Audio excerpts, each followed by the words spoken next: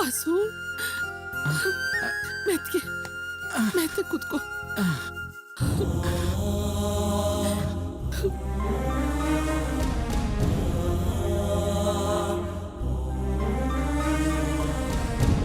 ಈಗ ನನಗ್ ಜೀವ ಬಂತು ಕಣೋ. ನೋಡಯ್ಯ ನನ್ ಮಗನ, ಸತ್ಯ ನನ್ ಮಗ ಬದಕ್ಬಿಟ್ಟ. ನೀನ್ ಬೇಗ ಗುಣ ಆಗ್ಬೇಕು ಅಂತ ನಾನು ಬೇಡ್ತಿರೋ ದೇವ್ರೇ ಇಲ್ಲ ಕಣೋ. ಈಗ ನಿನ್ ಉಸಿರಾಡಕ್ಕೆ ತೊಂದರೆ ಇಲ್ಲ ತಾನೆ? ಈಗ ಯಾವ ತೊಂದರೆನೂ ಇಲ್ಲಮ್ಮ, ಹುಷಾರಾಗಿದ್ದೇನೆ. ಯಾಕೆ ಹಂಗ್ ಮಾಡ್ದೆ? ಯಾಕಂಗ್ ಮಾಡ್ದೆ? ನಿಮ್ಮ ಅಣ್ಣ ಎಷ್ಟು ಕಷ್ಟಪಟ್ಟು ನಿನ್ನನ್ನು ಓದಿಸ್ತಾ, ನೀನು ಕೂಡ ಗೌರ್ಮೆಂಟ್ ಕೆಲ್ಸಕ್ಕೆ ಹೋಗ್ತೀನಿ ಅಂತ ಆಟ ಹಿಡ್ದು ಕೂತಿದ್ದೆ. ಈಗ ಯಾಕೋ ಅಮಾದಿ ಎತ್ತೋ ಕೆಲ್ಸಕ್ಕೆ ಹೋಗಿದ್ದೆ? ಈ ಮನುಷ್ಯನು ಅದೇ ಕೆಲಸ ಮಾಡ್ತಿದ್ದಾನೆ ಅಂತ ನನಗೆ 2 ದಿನದ ಮುಂಚೆ ತಾನೇ ಗೊತ್ತಾಯ್ತು ಕಣ.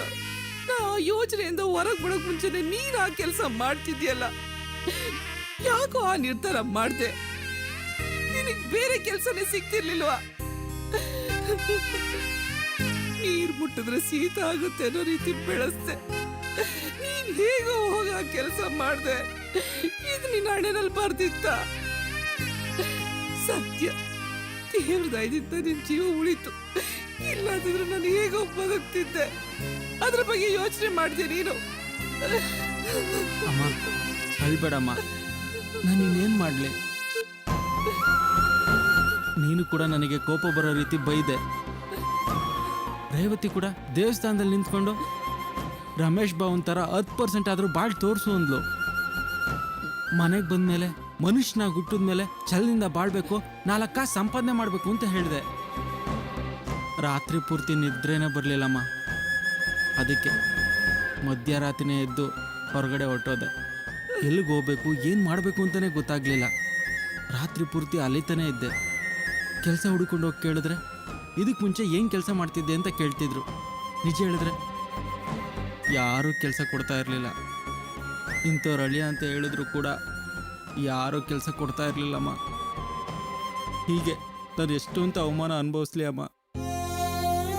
ರೇವತಿ ಹೇಳಿದಾಗೆ ಗೌರವದಿಂದ ಬಾಳ್ ತೋರಿಸ್ಬೇಕು ಅಂತ ನಾನು ಓದಿರೋದ್ರ ಬಗ್ಗೆನೂ ಯೋಚನೆ ಮಾಡಿದೆ. ಯಾವ ಕೆಲಸ ಮಾಡಿದ್ರು ಸರಿ ಅಂತ ನಿರ್ಧಾರ ಮಾಡಿದೆ. ಬೇರೆ ಕೆಲಸಕ್ಕಾದರೆ ಪೈಪೋಟಿ ಇರುತ್ತೆ, ಆದರೆ ಈ ಕೆಲಸದಲ್ಲಿ ಯಾವ ಪೈಪೋಟಿನೂ ಇರಲ್ಲ ಅಂತ ಆ ಕೆಲಸಕ್ಕೆ ಹೋದೆ. ನಾನು ಮಾಡಿದ ತಪ್ಪು ಪಾಪ ಎಲ್ಲ ನನಗೆ ಶಿಕ್ಷೆ ಕೊಟ್ಬಿಡ್ತು. ಅಪ್ಪಂಗೆ ಕಳ್ಳ ಅನ್ನೋ ಪಟ್ಟ ಕಟ್ಟಿ ಅವ್ರು ಬೇರೆ ಕಡೆ ಎಲ್ಲೂ ಕೆಲ್ಸಕ್ಕೆ ಹೋಗ್ದಿರೋ ಹಾಗೆ ಮಾಡಿದೆ. ಈಗ ನನಗೂ ಅದೇ ಪರಿಸ್ಥಿತಿ ಬಂದ್ಬಿಡ್ತಮ್ಮ. ಅವ್ರಿಗೆ ಯಾವುದೇ ಕೆಲಸ ಸಿಗದೆ ಇದ್ದಿದ್ದಕ್ಕೆ ತಾನೇ ಈ ಕೆಲ್ಸಕ್ಕೆ ಹೋಗಿದ್ದು. ನನಗೂ ಯಾವುದೇ ಕೆಲಸ ಸಿಗಲಿಲ್ಲ, ಅದಕ್ಕೆ ಈ ಕೆಲ್ಸಕ್ಕೆ ಹೋದೆ. ನಾವು ಮಾಡಿದ ಪಾಪ ನಮಗೆ ಸುತ್ತಕೊಳ್ಳುತ್ತೆ ಅಂತ ನನ್ನ ವಿಷಯದಲ್ಲಿ ನಿಜ ಆಗೋಯ್ತಮ್ಮ. ಸರಿ ಕಣೋ, ಆಗಿದೆಲ್ಲ ಆಗೋಯ್ತು, ಅದನ್ನೆಲ್ಲ ಮರ್ತ್ಬಿಡು. ನೀನ್ ಮಾಡಿದ ತಪ್ಪು ಅಂತ ನಿನ್ಗೆ ಅರ್ಥ ಆಗಿದೆಯಲ್ಲ, ಇನ್ಮೇಲಾದ್ರೂ ಯಾವ ತಪ್ಪು ಮಾಡಕ್ ಹೋಗ್ಬೇಡ ಕಣೋ. ಆ ದೇವ್ರು ನಿನ್ನ ಖಂಡಿತವಾಗ್ಲೂ ಒಳ್ಳೇದ್ ಮಾಡ್ತಾನೆ. ಏ ವಾಸು, ಈ ಮನುಷ್ಯನೇ ಕಣೋ ನಿನ್ನನ್ನು ಕಾಪಾಡಿದ್ದು. ಯಾವ ಮನುಷ್ಯ ನಿನ್ನ ಮನೆಗೆ ಸೇರಿಸ್ಬಾರ್ದು ಅಂತ ಹೇಳಿ ನಿನ್ನ ದೂರ ಮಾಡಿದ್ನೋ, ಇವತ್ತು ಅದೇ ಮನುಷ್ಯ ನಿನ್ ಜೀವ ಉಳಿಸಿದ್ದಾರೆ.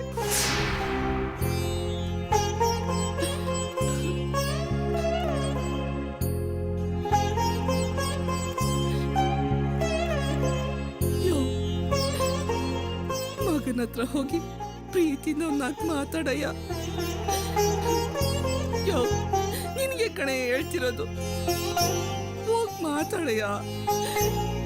ಕೋಪನೆಲ್ಲ ಬಿಟ್ಬಿಡಯ್ಯ. ಈಗ ಅವ್ನ ಮನ್ಸು ಬದಲಾಗಿದೆ ಕಣಯ್ಯ. ಈ ಸಮಯದಲ್ಲಿ ನೀನ್ ಅವನ್ನ ದೂರ ಮಾಡ್ಬಿಟ್ರೆ ಅವನ ಎಲ್ಲಯ್ಯ ಹೋಯ್ತಾನೆ.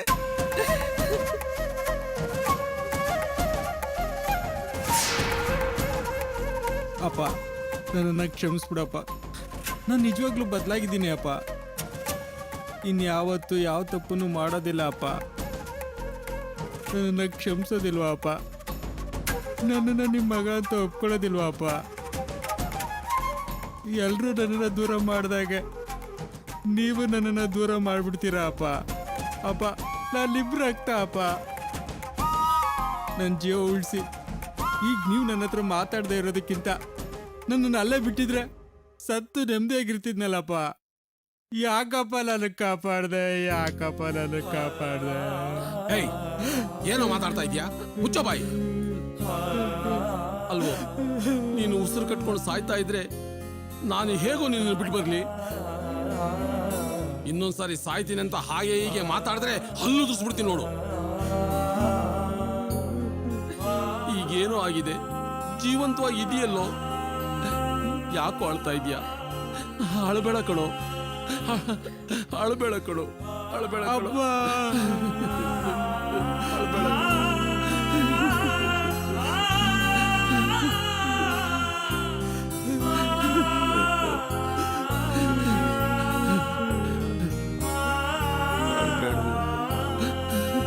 ಅಳಬೇಡ್ವೋ,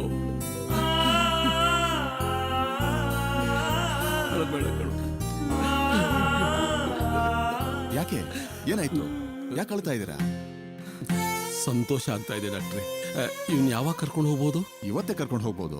ನಾನು ಈಗಲೇ ಡಿಸ್ಚಾರ್ಜ್ ಮಾಡ್ಬಿಡ್ತೀನಿ. ಸರಿ ಡಾಕ್ಟ್ರೆ. Vasu, you are perfectly all right.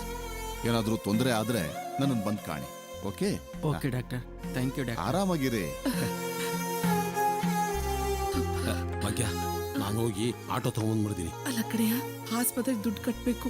ಅದ್ರ ಚಿಂತೆ ಬಿಡು, ರೇವತಿ ಎಲ್ಲ ಕಟ್ಟಿದಾಳೆ. ನಾನು ಹೋಗಿ ಆಟೋ ತಗೊಂಡ್ಬರ್ತೀನಿ. ಯೋಚನೆ ಮಾಡ್ಬೇಡ ಕಣೋ, ಎಲ್ಲ ಸರಿ ಹೋಗುತ್ತೆ.